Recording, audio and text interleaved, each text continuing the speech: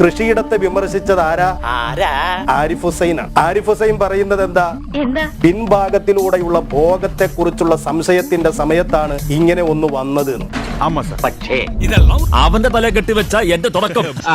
അങ്ങനെ ഇപ്പോ എത്തണ്ട. എനിക്ക് ഉസ്താദിനോട് പറയാനുള്ളത്, ഈ കൃഷിയിടം ആ ആയത്തിറങ്ങാനുണ്ടായ സന്ദർഭത്തെ കുറിച്ച് പറയൂ. നിങ്ങൾ എപ്പോഴും സന്ദർഭത്തെ കുറിച്ച് പറയുന്ന ആളുകളല്ലേ. എന്ത് പറ്റി ആ സന്ദർഭം അവിടെ എടുക്കാത്തത്? എങ്ങനെയാണ് ആയത്ത് അവിടെ വന്നത്? ഞാൻ പറയാം.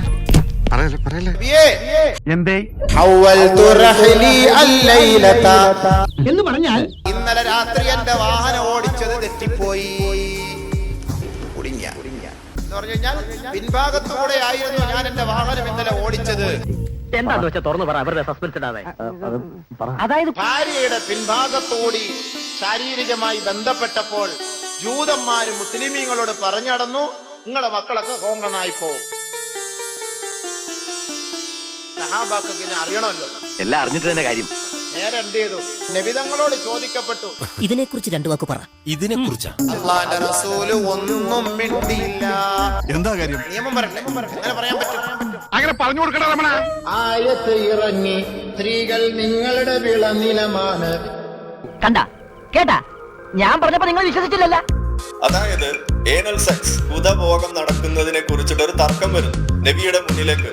അങ്ങനെ വരുന്ന സമയത്ത് അങ്ങനെ വന്നു കഴിഞ്ഞാൽ ആ കുട്ടിക്ക് കോങ്കൺ ഉണ്ടാവുമെന്ന് ആരൊക്കെയോ പറയുന്നു. അങ്ങനെ നബിയുടെ മുന്നിൽ ഒരു പരാതിയായിട്ട് വന്നപ്പോ അവിടെ നബി പറഞ്ഞതാണ്, സ്ത്രീ എന്ന് പറയുന്നത് നിങ്ങളെ കൃഷിയുടെ ആണ്, നിങ്ങൾക്ക് എങ്ങനെ വേണേലും കയറാമെന്ന്. അപ്പൊ മൂലം തിരുന്നാൾ വലിയ ക്യാമറാണില്ലേ? നബി തങ്ങൾ വിശദീകരിച്ചു തരുന്നു, മുഖബിലത്തൻ വമുദ്ബിറത്തൻ, മുൻഭാഗത്തുകൂടെയും പിൻഭാഗത്തുകൂടെയും. ചുരുക്കി അങ്ങോട്ട് പറഞ്ഞാലേ അത് ഗുഹ്യഭാഗത്തുകൂടെ ആയിരിക്കണം. അവിടെയാണ് വിഷയം.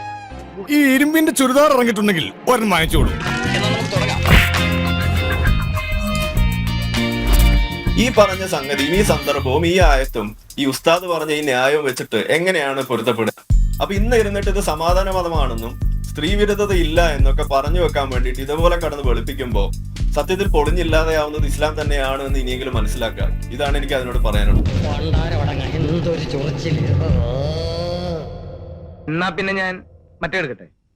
മറ്റേത് ഏത്? ആരിഫ് ഹുസൈൻ സ്വതന്ത്ര ചിന്തകനാണ്.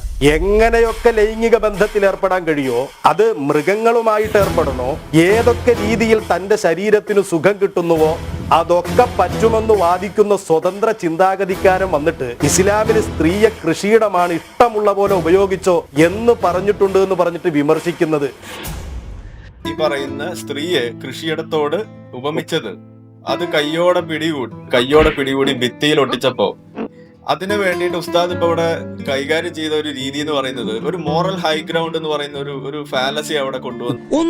നിങ്ങൾ വലിയ കിതാബിന്റെ ആളുകൾ, ബാക്കിയുള്ളവരൊന്നും കിതാബില്ലാത്ത സ്വതന്ത്ര ചിന്തകർ, അതുകൊണ്ട് അമ്മയും പെങ്ങളെയൊക്കെ ഭോഗിച്ച് നടക്കുന്നവർ എന്നൊക്കെയുള്ള രീതിയിലുള്ള കമന്റുകൾ പാസ്സാക്കുമ്പോൾ അതിനുള്ള മറുപടി ഇവിടെ പറഞ്ഞിരിക്കും. ആരിഫ് ഹുസൈനോട് ചോദിക്കുന്നത് വിരോധാഭാസം. സംസാരിക്കട്ടെ, അദ്ദേഹത്തിന് അവസരം കൊടുത്തു. പ്രസംഗത്തിനിടയ്ക്ക് ഒരു സെക്കൻഡ് എനിക്ക് തരുമോ? പിന്നെന്താ ഒരു ഗ്യാപ്പിൽ സംസാരിച്ചോ? ഞാൻ പറയുന്നത്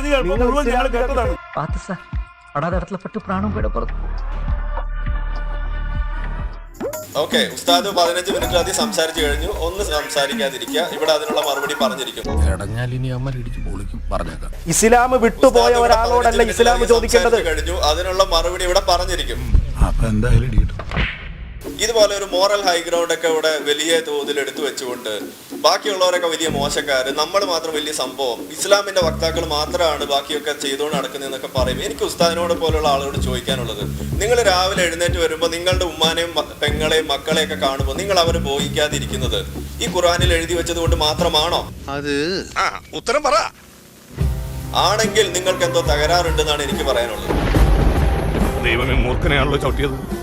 ഈ ഖുർആൻ ഒന്നും പാലിക്കാതെ ഇവിടെ ജീവിക്കുന്ന ലോകത്ത് 25% പോലും ഇല്ലാത്ത ഈ മുസ്ലിം സമൂഹത്തെ അങ്ങ് മാറ്റി നിർത്തിയാൽ ഇവിടെ 75%-ലധികം മറ്റ് മതക്കാരാണ്. നിങ്ങൾ അവരെങ്ങനെയാണ് ഇത് പാലിക്കുന്നത് നിങ്ങൾ ആലോചിക്കുക. അപ്പോ ഇതുപോലെയുള്ള കാര്യങ്ങളൊക്കെ പല തവണ സംസാരിച്ച് ഇവിടെ തേഞ്ഞു കഴിഞ്ഞ കാര്യങ്ങളാണ്.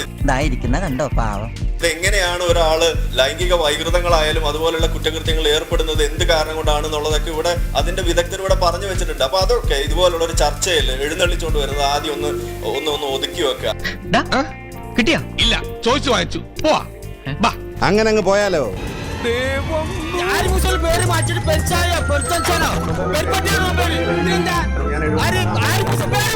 അതാരൊക്കെ അവർക്ക് പുറത്തൊരു കൂട്ടം തന്നെ ഉണ്ടല്ലോ. എന്റെ നമ്പരായി എനിക്കുള്ളത് മേടിച്ചിട്ട് വരാം. ഖുറാനില് 9:5 ആയത്ത് എല്ലാ മുസ്ലിങ്ങളല്ലാത്തവരെയും കൊല്ലണം എന്നാണ്. നല്ല ചോദ്യം. ബാങ്ക് വിളിക്കുമ്പോ ഞാൻ സംസാരിക്കണം, കാരണം അല്ലെങ്കിൽ ആരിഫ് അതിനെതിരെ ട്രോളും. നിങ്ങളുടെ വിശ്വാസത്തെ നമ്മൾ പൂർണ്ണമായിട്ട് മാനിക്കും. നിങ്ങൾക്ക് വേണമെങ്കിൽ അത് കഴിഞ്ഞിട്ട് അവസരം തരും, നോ പ്രോബ്ലം. എല്ലാവരും ഒന്ന് സൈലന്റ് ആവും, ബാങ്ക് കൊടുക്കുന്നു പ്ലീസ്. എല്ലാവരും ഒന്ന് സൈലന്റ് ആവും, ബാങ്ക് കൊടുക്കുന്നു പ്ലീസ്. മറുപടി വരാൻ പറ്റും.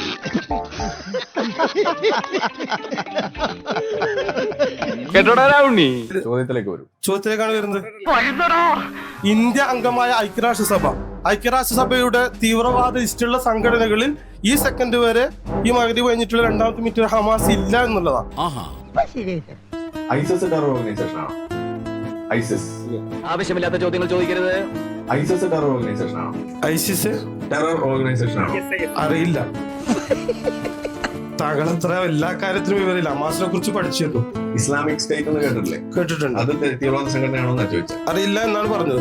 എന്നോടൊന്നും ചോദിക്കരുത്, എനിക്കൊന്നും അറിയില്ല. RSS നല്ല ഒന്നാം തരം തീവ്രവാദ സംഘടന. യുഎന്റെ ലിസ്റ്റിലുണ്ടോ? യുഎന്റെ ലിസ്റ്റിലുണ്ടോ? ഷാജിയേട്ടാ, നമ്മൾ എവിടെ പരിപാടി അവതരിപ്പിച്ചാലും ഇതാണല്ലോ അവസ്ഥ. ഇതിലെ പ്രശ്നം എന്താണെന്ന് പറഞ്ഞാൽ നിങ്ങൾ ഒരു തീവ്രവാദ സംഘടന എന്ന് വിളിക്കുന്നത് ലിസ്റ്റ് ചെയ്യുന്നതിന്റെ പ്രകാരമാണ് എന്ന് നിങ്ങളുടെ തെറ്റിദ്ധാരണയാണ്.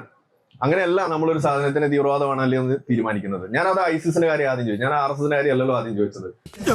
ഇതിനാണ് അവനവൻ പാരാന്ന് പറയുന്നത്. ഐസിസിനെ തീവ്രവാദ സംഘടനയായിട്ട് UN പ്രഖ്യാപിക്കുന്ന 2015 അടുക്കുകയാണ്. അവർ ചെയ്തുകൊണ്ടിരുന്ന എന്താണ്? യസീദികളെ കൂട്ടക്കൊല ചെയ്തു, അവരെ അടിമകളാക്കി പിടിക്കുന്നു. നാദിയ മുറാദിന്റെ കാര്യങ്ങൾ നിങ്ങൾക്ക് അറിയാമെന്ന് വിചാരിക്കുന്നു. എന്താ രണ്ടുപേരും ഒന്നും മിണ്ടാ നിൽക്കുന്നത്? ഞങ്ങളൊന്നും കാണുന്നുമില്ല, കേൾക്കുന്നുമില്ല. പല ആളുകളെയും ഈ പറയുന്ന സിറിയയിലും ഇറാഖിലും ആ പ്രദേശങ്ങളിൽ ചെയ്തു കൂട്ടിയിട്ടുള്ള ആ തീവ്രവാദ പ്രവർത്തനങ്ങൾ എന്ന് പറയുന്നത് എണ്ണിയാൽ തീരില്ല. അപ്പൊ നമ്മളൊരു സംഘടനയോ അല്ലെങ്കിൽ ഒരു പ്രവൃത്തിയെയോ തീവ്രവാദമായിട്ട് കണക്കാക്കുന്നത് അവരുടെ പ്രവൃത്തികളെ വിലയിരുത്തിയിട്ടാണ്. ഇപ്പൊ എങ്ങനെ ഇരിക്കുന്നു? ഇതേതാണ്ട് എലിക്കണിയിൽ സൂനവെട്ടതുപോലെ. അങ്ങനെ നോക്കുമ്പോൾ സ്വാഭാവികമായിട്ടും നിങ്ങൾക്ക് പറയാനുള്ള അവകാശമുണ്ട് RSS ഒരു തീവ്രവാദ സംഘടനയാണെന്ന്. ഞാൻ അതിനെ അംഗീകരിക്കുന്നു. പക്ഷേ നിങ്ങൾ അതേ മാനദണ്ഡം ഉപയോഗിച്ചുകൊണ്ട് ഈ ഹമാസ് ചെയ്ത കാര്യത്തെ കുറിച്ച് നിങ്ങൾക്ക് ഒന്ന് ചിന്തിക്കാൻ പോലും കഴിയുന്നില്ല എന്നുള്ളിടത്താണ് നിങ്ങളുടെ ഈ ഇരട്ടത്താപ്പ് പറയുന്നത്. അത് നമ്മൾ തുറന്നു കാണിക്കേണ്ടി വരുന്നത്. അവിടെയാണ് നമ്മുടെ പ്രശ്നം. ഒരാവേശത്തിലെടുത്ത് ചാടി വേണ്ടായിരുന്നു അല്ലേ? വിട്ടവളി ആന പിടിച്ചാ കിട്ടൂ. അപ്പൊ അത് നിങ്ങൾ ചെയ്യരുത്. നിങ്ങൾ തിരിച്ചറിയുക. ഹമാസിന്റെ ചാർട്ടർ നിങ്ങൾ എടുത്ത് വായിക്കുക. അതിന്റെ പ്രിയാമ്പിളിൽ എഴുതി വെച്ചിരിക്കുന്നു Israel will exist and continue to exist until Islam will obliterate എന്ന് എഴുതി വെക്കുമ്പോൾ ഇസ്ലാം എന്ന് എടുത്ത് പറഞ്ഞത് ഞാനല്ല, ജൂതന്മാരല്ല, അത് ഹമാസ് തന്നെയാണ് എഴുതി വെച്ചത്. അവരവിടെ പറയുന്ന ഈ മുദ്രാവാക്യം ഖൈബർ ഖൈബർ യാ യഹൂദ് ജയ്ഷ മുഹമ്മദ് സൗഫ യഹൂദ് എന്ന് പറയുമ്പോ അതെന്താണ്? അത് ഖൈബറിനെ കുറിച്ച് ഓർമ്മിച്ചുകൊണ്ട് മുഹമ്മദിന്റെ ആർമി വരും, നിങ്ങൾ ഇപ്പൊ തിന്നു തീർക്കുമെന്ന് പറയുമ്പോ ഇത് ഞാനല്ലല്ലോ ഇസ്ലാമിനെ പുലഭ്യം പറഞ്ഞത്. ഇതിന്റെ പേര് ഞാൻ എന്തിനാണ് പേര് മാറ്റണത്? ഈ മാറ്റണേ നമുക്ക് ബുദ്ധിമുട്ടുള്ളൂ, ഏത് പേരാണ് നമ്മൾ സ്വീകരിക്കും. പക്ഷെ നിങ്ങൾ യാഥാർത്ഥ്യത്തെ ഉൾക്കൊള്ളാൻ നിങ്ങൾ തയ്യാറാവുക. നമ്മളെയാണല്ലോ മച്ചമ്പി. അവസാനമായി ഞാൻ പറയുന്നു,